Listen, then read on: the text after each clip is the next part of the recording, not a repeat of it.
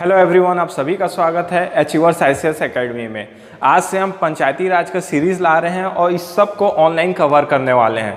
तो चलिए बिना टाइम वेस्ट किए क्लास चालू करते हैं। तो आज का जो हमारा टॉपिक रहेगा पंचायती राज संस्था रहेगा। दोस्तों, जब भी मैं पंचायती राज व्यवस्था बोलता हूँ तो ध्यान रखिएगा, ये आज से ही नहीं बल्कि प्राचीन काल से यह व्यवस्था चली आ रही है।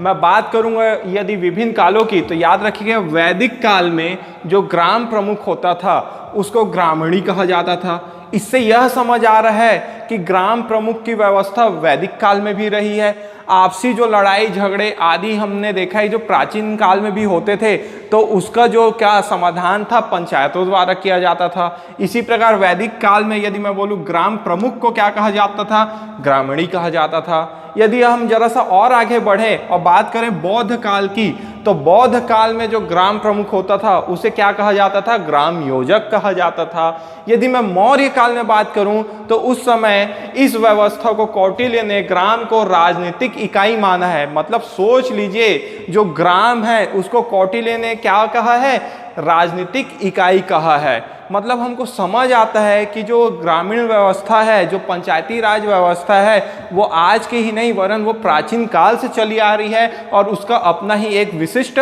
महत्व रहा है। उसी प्रकार यदि मैं गुप्त काल की बात करूं तो याद रखिएगा गुप्त काल में भी जो ग्राम प्रमुख थे उसको ग्रामिक या ग्रामाधिपति या ग्राम हत्तर कहा जाता था। इस प्रकार हमने देखा कि पंचायती राज जो व्यवस्था की अवधारणा है, जो ग्राम प्रमुख की अवधारणा है, वो आज से नहीं बल्कि प्राचीन काल से चलती आ रही है। उसके बाद यदि हम लोग बात करें आगे, इस स्लाइड से आगे की बात करते हैं, तो हमको पता चलता है भारत जब आज़ाद हुआ तो उसके बाद भी जो ग्रामीण क्षेत्र है उसके लिए पंचायती राज व्यवस्था में बहुत ही क्या किया गया, विशिष्ट ध्यान दिया गया। पंचायती राज व्यवस्था का यहाँ जो सफ़र चालू होता है उसको संविधान में जोड़ने के लिए कौन कौन सी समितियाँ बनी, कौन कौन से कार्यक्रम चले, उसको आज हम कवर करते हैं। तो पहला मैं बात करूँगा सामुदायिक विकास कार्यक्रम की। दोस्तों याद रखिएगा, महात्मा गांधी जी ने कहा था कि गाँव के विकास से भारत का विकास संभव है।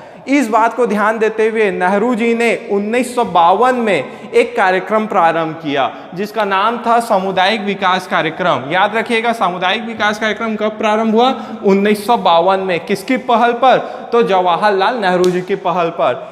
इस कार्यक्रम का जो मुख्य उद्देश्य था दोस्तों, इसका मुख्य उद्देश्य था कि जो सरकारी तंत्र होंगे या प्रशासन होगी उनके और ग्रामीण जनता के मध्य सामंजस्य स्थापित करना।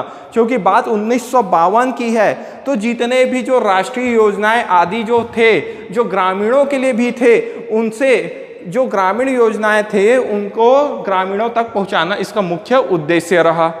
कहीं ना कहीं ये उद्देश्य आगे चलकर असफल हुआ। क्यों? क्योंकि इस उद्देश्य के तहत जिन लक्ष्यों की हमने निर्धारण किया था, जिन लक्ष्यों की प्राप्ति के लिए हमने एक इस कार्यक्रम को प्रारंभ किया था, उन लक्ष्यों का हमें पूर्णतः या मैं बोलूँ पूर्ण रूप से प्राप्ति नहीं हो पाई। अतः यह जो कार्यक्रम था असफल हुआ। इसकी असफलताओं के अध्ययन के लिए हमको एक समिति बनाना पड़ा। समिति का नाम रहेगा बलवंत राय मेहता समिति। इस समिति का गठन क्यों हुआ? क्योंकि जो हमारा सामुदायिक विकास कार्यक्रम था वो असफल हुआ। तो किन कारणों से वह असफल हुआ, उन कारणों की जांच के लिए एक समिति बनी। समिति का नाम क्या हुआ, बलवंत राय मेहता समिति।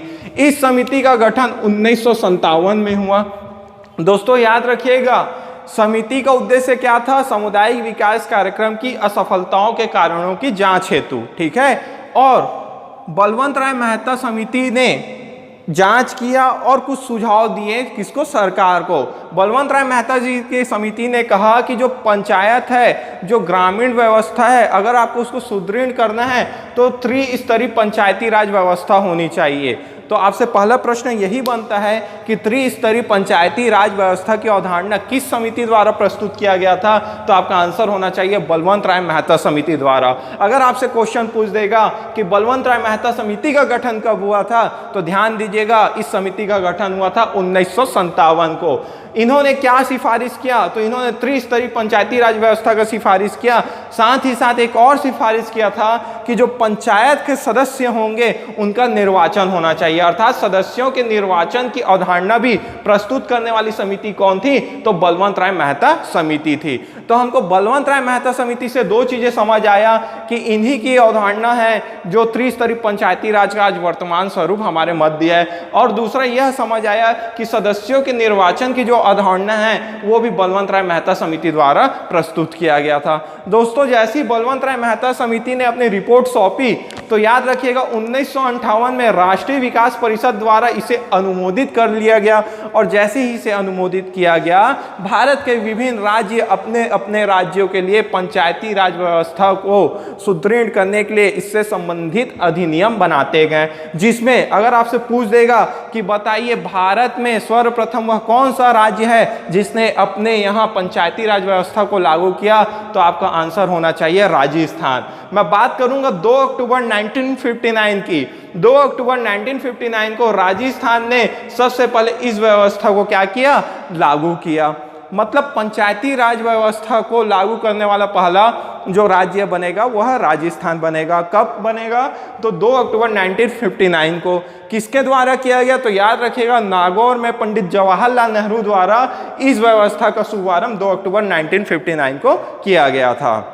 तो यहाँ से एक प्रश्न हमको मिल गया कि पंचायती राज व्यवस्था को लागू करने वाला पहला राज्य राजस्थान। और ध्यान रखिएगा, अगर आपसे कोई बोल देगा कि बताइए दूसरा राज्य कौन है जिसने अपने यहाँ पंचायती राज व्यवस्था को लागू किया, तो आपका आंसर होगा आंध्र प्रदेश। मतलब पहला राजस्थान, दूसरा आंध्र प्रदेश। किस समिति की सिफारिश के बाद, बलवंत राय मेहता समिति की सिफारिश के बाद। तो मेरे को उम्मीद है इतना आपको समझ आया होगा। उसके बाद इसके आगे बढ़ते हैं तो हमको तीसरा समिति मिलता है अशोक मेहता समिति।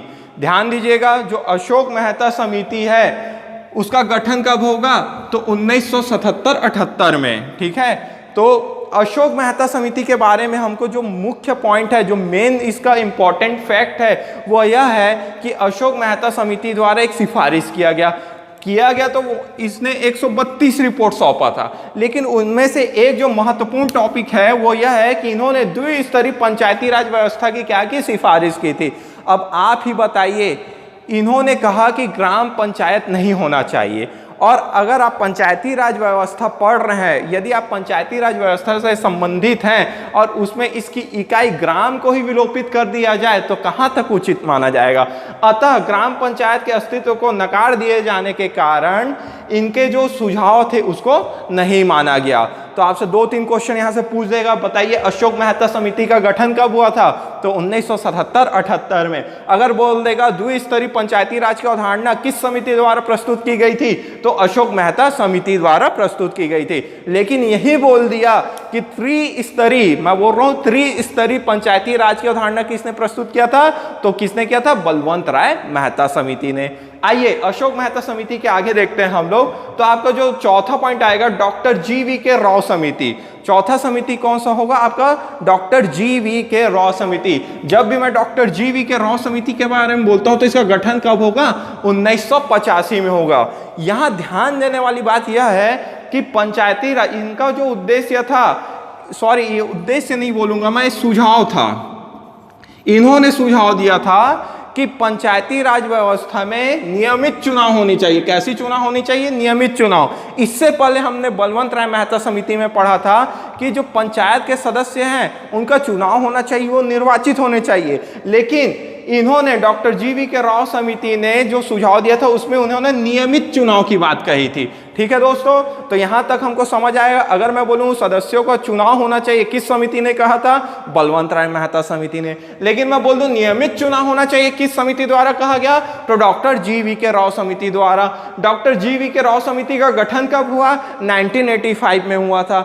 एक बात और ध्यान रखना, जो ये डॉक्टर GV.K. राव जी थे उन्होंने पंचायती राज व्यवस्था को, तत्कालीन समय के व्यवस्था को बिना जड़ की घास कहते हुए कटाक्ष किया था। इसके बाद हम लोग नेक्स्ट जो समूह है उसमें आते हैं तो आपको मिलेगा डॉक्टर लक्ष्मीमल सिंघवी समिति, मोस्ट IMP समिति। क्यों है, क्योंकि इस समिति के सिफारिश के आधार पर ही पंचायती राज व्यवस्था को क्या मिला? संवैधानिक संरक्षण प्राप्त हुआ। कहने का मतलब ये है अब तक इससे पहले हमारा जो पंचायती राज व्यवस्था था संविधान में नहीं जुड़ा था, लेकिन जैसी डॉक्टर लक्ष्मीवंत सिंघवी समिति आया तो इसके बाद जो पंचायती राज व्यवस्था है उसको संविधान में जोड़ने की प्रक्रिया प्रारंभ होती है। याद रखिएगा, इसका परिणाम यह हुआ कि इस समिति की सिफारिश के आधार पर संविधान में संशोधन किया गया, जो 73वां संविधान संशोधन 1992 कहलाया। और इस संशोधन के बाद आपके पंचायती राज व्यवस्था को संवैधानिक दर्जा प्राप्त हुआ। दोस्तों, आज का जो हमारा टॉपिक था, हमने इसके ऐतिहासिक रूप से जो ग्राम प्रमुख के नाम थे उन्हें देखा, साथ ही साथ हमने देखा कि पंचायती राज व्यवस्था कैसे संविधान में शामिल हुआ। कल का जो टॉपिक होगा इसमें हम लोग पढ़ेंगे कि संविधान के किस भाग में शामिल हुआ, किस अनुच्छेद में हुआ, किस अनुसूची में है। साथ ही साथ इससे संबंधित जो महत्वपूर्ण प्रावधान होंगे आर्टिकल 243 और उससे रिलेटेड 243A से 243O तक, उसको कल कवर करेंगे। साथ ही साथ कुछ इंपॉर्टेंट फैक्ट्स हैं उसको भी कवर करेंगे। तो आज के लिए इतना ही। Thank you.